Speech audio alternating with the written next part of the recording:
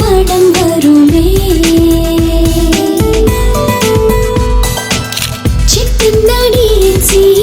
எப்போதும் துணை வருமே. டிஎன்சி சிட்ஸ், நம்பிக்கையே எங்கள் பாரம்பரியம். அன்பார்ந்த மக்களுக்கு வணக்கம். நான் உங்கள் Karthik Pillai and welcome to the K TV.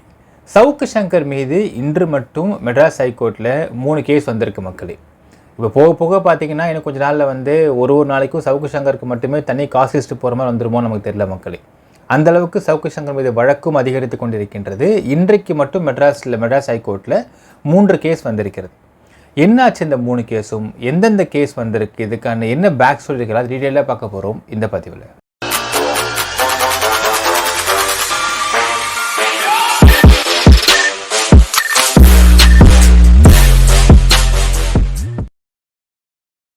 Savukku Shankar மீது 2 ஜட்ஜஸோட பெஞ்சில் மொத்தம் 3 வழக்கு வந்திருக்கிறது மக்களே. ஸோ ஃபஸ்ட்டு எந்த வழக்குன்னு பார்க்கலாம். டிவிஎஸ்சி தெஃப்ட் கேஸுடைய அப்பீல் வழக்கு இன்றைக்கு அட்மிஷன் ஆகிருக்கிறது. ஸோ இது யார் பெஞ்சில் வந்திருக்குன்னு பார்த்தீங்கன்னா திரு எம் தண்டபாணிஜி அவர்கள் பெஞ்சில் வந்திருக்கு. Court number 47 item number 13. So என்ன நடந்துச்சு இன்றைக்கி அப்படின்னு பார்த்தீங்கன்னா, இந்த கேஸ் அப்பீலுக்கு அட்மிஷன் எடுத்துக்கொள்ளப்பட்டாகிவிட்டது. ஸோ 4 வீக்ஸ் டைம் கொடுத்துருக்கிறார் தண்டபாணிஜி அவர்கள். எதற்குனால் சவுக்கு சங்கருக்கு கவுண்டர் ஃபைல் பண்ணுவதற்காக. ஸோ இது அப்பீல் வழக்கு அப்படிங்கிறதை சீக்கிரமாக முடியக்கூடிய வழக்கு நம்ம எதிர்பார்க்கலாம். இதுவரைக்கும் போட்டுக்கிட்டு இருக்கிற இதுவரைக்கும் போட்ட குண்டாஸ்லேருந்து எல்லா வழக்கும் எடுத்துக்கலாம் மக்களே. இந்த வழக்கெல்லாம் சார்ஜ் ஷீட் போடப்படாமலும் போகலாம். இது லோயர் கோர்ட்டில் ஹியரிங் வரலாம். ஹியரிங் அது ஃபாஸ்ட் நடக்காமல் போகலாம். It can be of any thing. ஆனால் இந்த டிவிஎஸ்சி தெஃப்ட் கேஸ் வழக்கு அப்படிங்கிறது ஆல்ரெடி லோயர் கோர்ட்டில் போய் 2008 சவுக்கு சங்கர் பண்ண ஒரு திருட்டு வேலையால் லோயர் கோர்ட்டில் போய் அந்த கேஸ் கன்விக்ஷன் இல்லாமல் அக்விட்டல் பண்ணப்பட்டு ப்ராசிக்யூஷன் தரப்புலேருந்து ஹைகோர்ட்டில் அப்பீல் கொண்டு அப்பீலை கிராண்ட் பண்ணியிருக்கார் நிர்மல்குமார் ஜே அவர்கள். அதற்கு பிறகு இன்றைக்கு இந்த அப்பீல் ஹியரிங்கான ஒரு ஃபஸ்ட்டு அட்மிஷன் வந்திருக்கிறது மக்களே. ஸோ 4 வாரம் டைம் கொடுத்துருக்கிறாரு ஜட்ஜஸ்.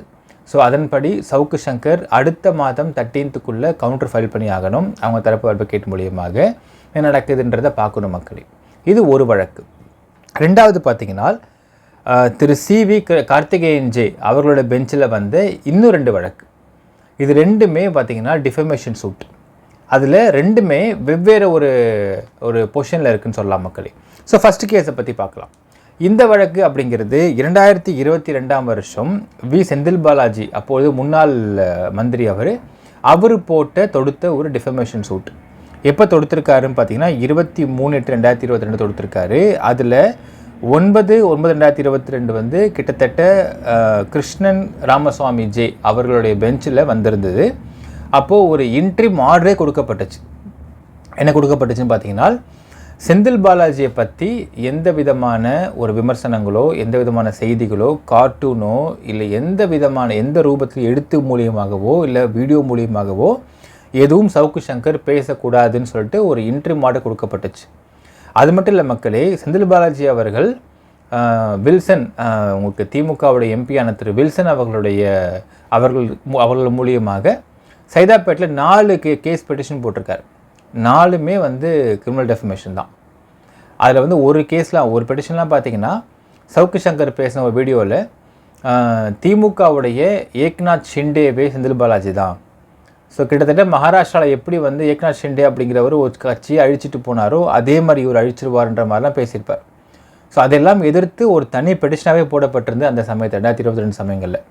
இதற்கு பிறகு இந்த வழக்கு சிவி கார்த்திகேயன் ஜே விசாரிச்சிருக்காரு. விசாரித்து அதுக்கு அடுத்தது கிட்டத்தட்ட சவுக்கு சங்கர் சவுக்கு சங்கர் அதை ஃபாலோ பண்ணல. தொடர்ந்து செந்தில் பாலாஜியை பற்றி வீடியோ போட்டே இருந்திருக்கார். அதன் அடிப்படையில் இந்த வழக்கு நடந்து கிட்டத்தட்ட லீகல் சர்வீஸ் அத்தாரிட்டிக்கு சவுக்கு சங்கர் 1 லட்சம் ரூபாய் பணம் தரேன்னு சொல்லிட்டு ஒரு உத்தரவு பிறப்பிக்கப்பட்டுருச்சு, ஒரு இன்ட்ரிம் ஆர்டரா.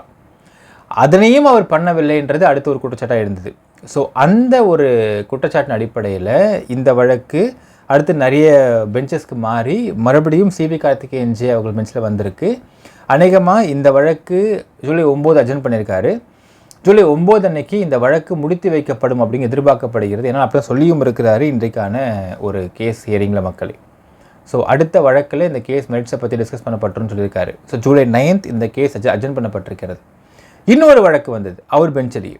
அது எந்த வழக்குன்னு பார்த்தீங்கன்னா லைக்கா ப்ரொடக்ஷன்ஸ் தொடுத்த ஒரு டிஃபமேஷன் கேஸ். இது வந்து மிகப்பெரிய டிஃபமேஷன் சொல்லலாம். இந்த வழக்கிலையும் விசாரணை செல்லும் பட்சத்தில் இந்த வழக்கிலையும் கண்டிப்பாக கன்விக்ஷன் கிடைக்கும் சவுக்கு சங்கருக்குன்னு சொல்லலாம். அந்த conviction can be of any mode, அது நமக்கு தெரியாது. இந்த வழக்கு இன்னொரு விஷயம், செந்தில் பாலாஜி அவர்கள் போட்ட டிஃபமேஷன் அப்படிங்கிறது என்ன போட்டிருந்தாருன்னு பார்த்தீங்கன்னா அவரை பற்றியும் அவருடைய பொசிஷனை பற்றியும் தப்பாக வீடியோ போடுறதுனால he ask 2 crores defamation amount கேட்டிருந்திருக்கார். ஸோ இந்த 2 கோடி ரூபாய் அப்படிங்கிறதுல எவ்வளோ அமௌண்ட்டுக்கு ஜூலை 9th அன்றைக்கி ஹியரிங் நடந்து அது வந்து உத்தரவு பிறப்பிக்கப்படும் நமக்கு தெரியல, பொறுத்திருந்தான்னு பார்க்கணும் மக்களே. அடுத்து coming to the other case, Lyca production போட்டிருந்த அகைன் ஒரு defamation case again Savukku Shankar.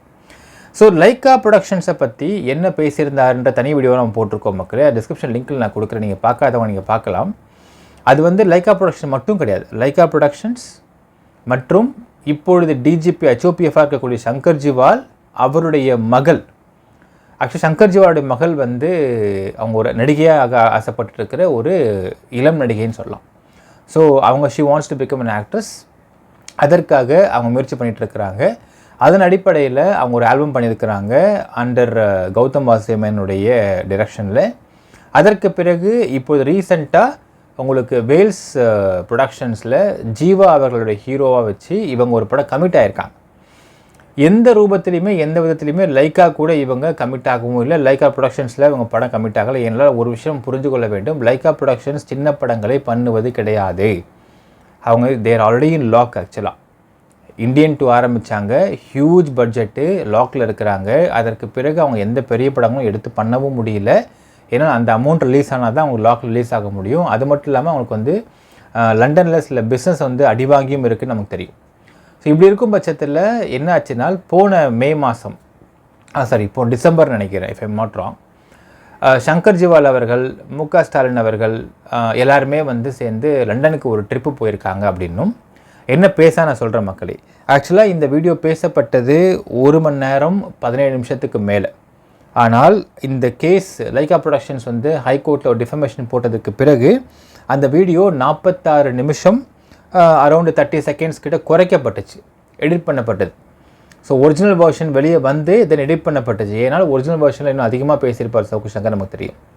என்னென்னால் சில விஷயம் கிளிம்ஸ் நான் சொல்கிறேன் மக்களே. பார்த்தீங்கன்னா முதல்ல என்ன சொல்லியிருக்காருனால் லைக்கா ப்ரொடக்ஷன்ஸ்க்கு அவ்வளோ காசு எங்கேருந்து வருது அப்படிங்கிறத பற்றி பேசியிருப்பார். என்ன பேசியிருப்பார்னால் இன்றைக்கு தமிழ்நாட்டில் திருச்சியில் இருக்கக்கூடிய, ஏன் அதை சொல்கிறார் நான் சொல்கிறேன், லைக்காவுடைய சுபாஷ்கரன் அவர்கள் வந்து he is basically from Sri Lankan Tamil.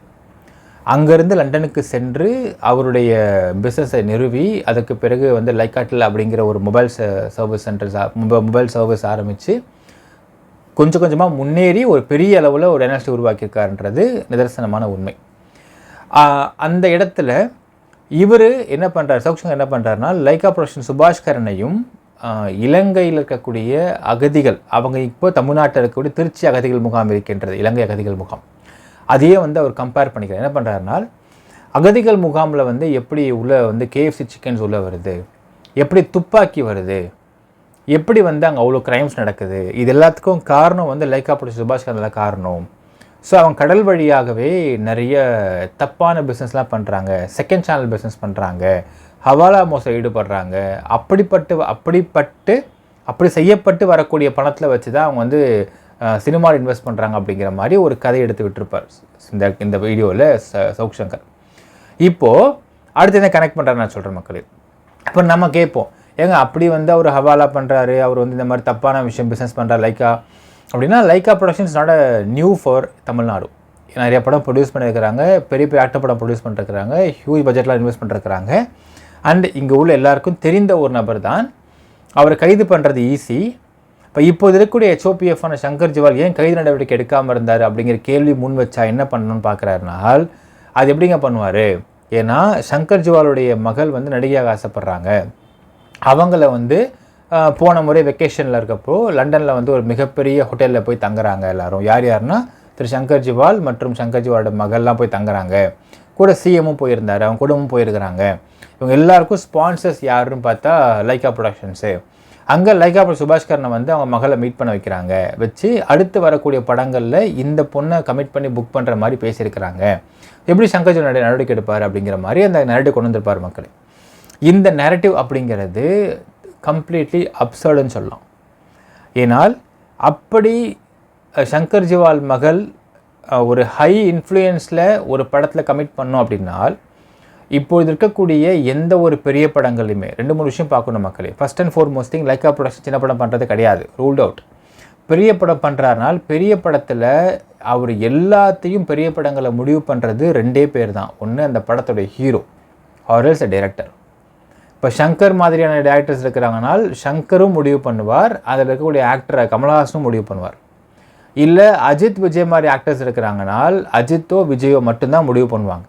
வேறு யாரும் வந்து எல்லாத்தையும் முடிவு பண்ணுறது கிடையாது. ஏன்னால் விஜய் கூடயோ அஜித் கூடயோ நடிக்கக்கூடிய ஹீரோயின்ஸ் முதற்கொண்டு அவங்க இமேஜ் எப்படி இருக்குது, அவங்களுக்கு எந்த மாதிரியான வந்து வெளியே அவங்க டாக் இருக்குது, இதை முதற்கொண்டு அவங்களுடைய குடும்பத்தார்கள்லாம் வந்து அலசி ஆராய்ஞ்சு பார்த்து அந்த நடிகையை தான் நடிக்க வைக்கிறாங்க அப்படிங்கிற அளவுக்கு செய்தி வெளியாகிட்டு அதில் வந்து இன்ஃபேக்ட் ஈவன் த டைரக்டர் கூட வந்து சில இடங்களில் ஹி வில் லூஸ் ஹிஸ் ஹேண்ட்ஸ்னு சொல்லி கேள்விப்படுறோம்.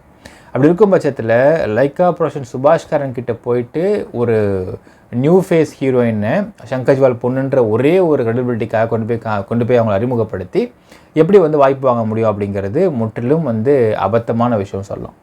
இப்படி நேரட்டிவ் செட் பண்ணி வச்சுருப்பார் சவுக் சங்கர் அந்த வீடியோவில்.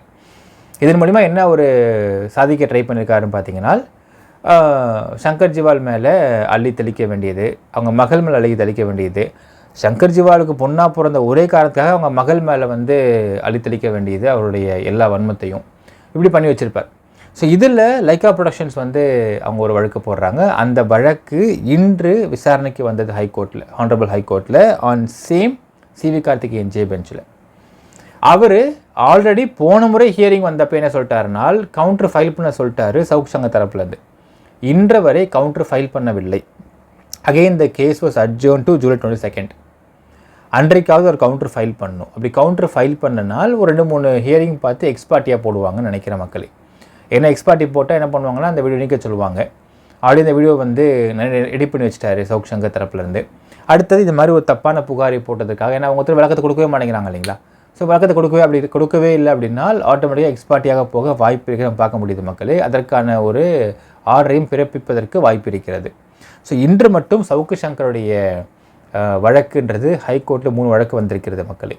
ஸோ இதற்கான எண்ட் ரிசல்ட் என்ன ஆகுன்றதை பொறுத்து வந்து பார்க்கணும். என்ன நினைக்கிறீங்கன்றது கமெண்ட்டில் மென்ஷன் பண்ணுங்கள். நன்றி, வணக்கம்.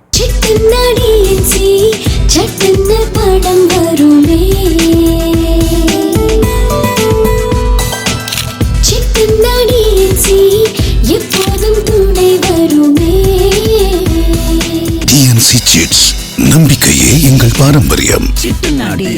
சட்டுன்னு பணம் வரும்.